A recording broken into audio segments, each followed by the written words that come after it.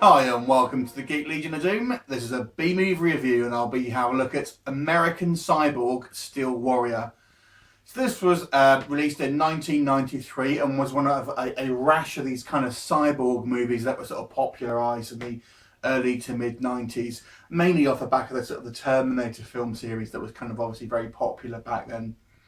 And I have to say, I actually first saw this film when it was released initially in 1993, and I really enjoyed it. It was actually one of my favourite of these kind of like these B-movie cyborg films that sort of came out, sort of direct to video here in the UK of that sort of time period.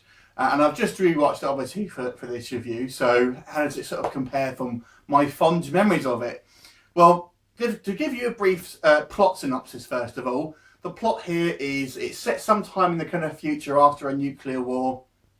And as in most of these kind of like post-nuke sort of type movies, there are few humans left on this world.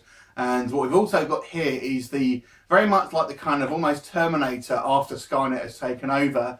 You've actually got the kind of the cyborgs ultimately have sort of inherited the Earth, and they are sort of running the show.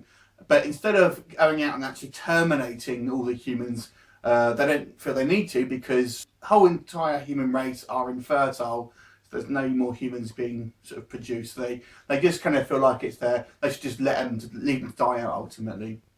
However, they do sort of police and already sort of rebels that are kind of trying to overthrow the cyborgs and whatnot. And what we've got the story of here is we have one fertile human called Mary, and she's got a young embryo really that's actually kind of not actually in her. It's in a kind of like a sort of cryo little chamber thing that she's sort of carrying around with her. I guess because I didn't want a sort of a pregnant woman running around in this sort of movie. Ultimately, she's basically trying to transport this embryo from this kind of sort of desolate waste town in the US to meet a kind of boat on the docks, so they can sort of move it over to Europe to sort of bring it up and sort of study it and try and sort of, you know, refertilise the human race because conditions are better in Europe. And the cyborgs are hot on her trail, and it's left up to Joe Lara's character called Austin, who is simply a kind of mercenary here who just happens to sort of run across at the time and kind of tricks into helping him. Along the way, they're pursued by a kind of killer cyborg played by John Ryan, and not only that, there's also various other dangers on the way, including kind of cannibal sort of mutants and things like that.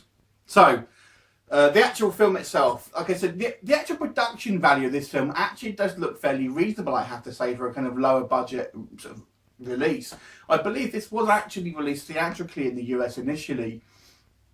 And, you know, I actually think when you look at the sort of sets and things like that, they actually look pretty decent. And the choreography and the fights and the action sequences are all actually very well made to a certain degree, obviously depending on the sort of the time and the budget. The acting, well, so Joe Lara kind of is kind of one of these almost like cult guys who's kind of got this sort of like, does the same sort of films. He is probably most famous for doing like a Tarzan film, but he's done a lot of these kind of like these action flicks. John Ryan, who plays the kind of, I guess, this cyborg who is after them, pretty much doesn't speak. He's actually a British guy from up north. They kind of redub him with kind of like a cyborg American voice when he does talk, which is very, very rarely. But he's kind of just has this sort of one expression throughout the whole film, which I guess, you know, goes in sort of keeping with having a kind of like a cyborg Terminator type feel to it. Now, one thing I didn't really understand is why they actually felt the need to have human-looking cyborgs when all the humans actually know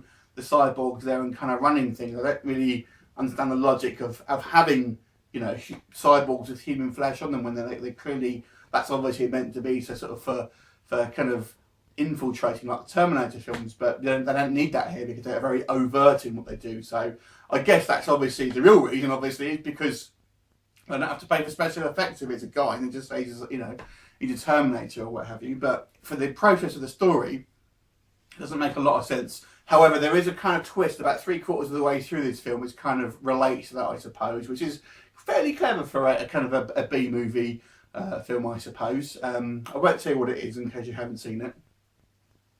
And you've got, I guess, the third main member of the cast is the female Mary. I think the actress's name is Nicole Hansen.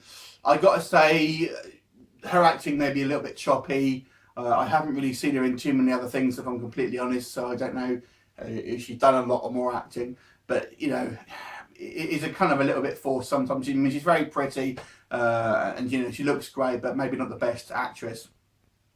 So, you know, the acting is probably what you expect from a kind of a B-movie film. Now, there are, I guess the other main issue of this film, there are, you know, quite a lot of small plot holes that you'll kind of just see, and things that don't really kind of make a lot of sense. You know, you'll take kind of when the cyborg first sort of bursts into the to the kind of the compound where they're kind of like they're kind of developing this fetus and whatnot. You just got all the kind of like the humans just cannon fodder, just waiting around to be shot and things like that, and just almost just running into the bullets, and you know, kind of very sort of cheesy, typical kind of these sort of B-movie action tropes that we sort of see. And there's a few things. I mean, I've mentioned obviously about the kind of why the cyborgs are flesh-covered cyborgs ultimately, and things like that. But as you go through the film, there's a few different things that kind of maybe don't make quite a lot of sense. And when you come to the twist, you think about it, there's things that don't make sense about that either. But I won't go into what that is. There's also a couple of filming boobs you'll see in the film here, and I don't mean boobs in a good way. I take the kind of the final fight at the end. He tries to sort of grab Mary, and she sort of shoots him in the face and drops her gun. And that within you actually see the gun floating along the water, which is quite amusing. So things like that. There's some technical issues here, but to be honest with you, there's no if you're kind of going into this film, you know, a film called American Cyborg, don't worry, you're going to have an idea what you're getting into. So it's not going to be the deepest film. But if you're kind of watching it on that kind of like, you know, you like a bit of a cheesy action sci-fi B-movie, what have you, I think this is certainly one of the better ones for the time period.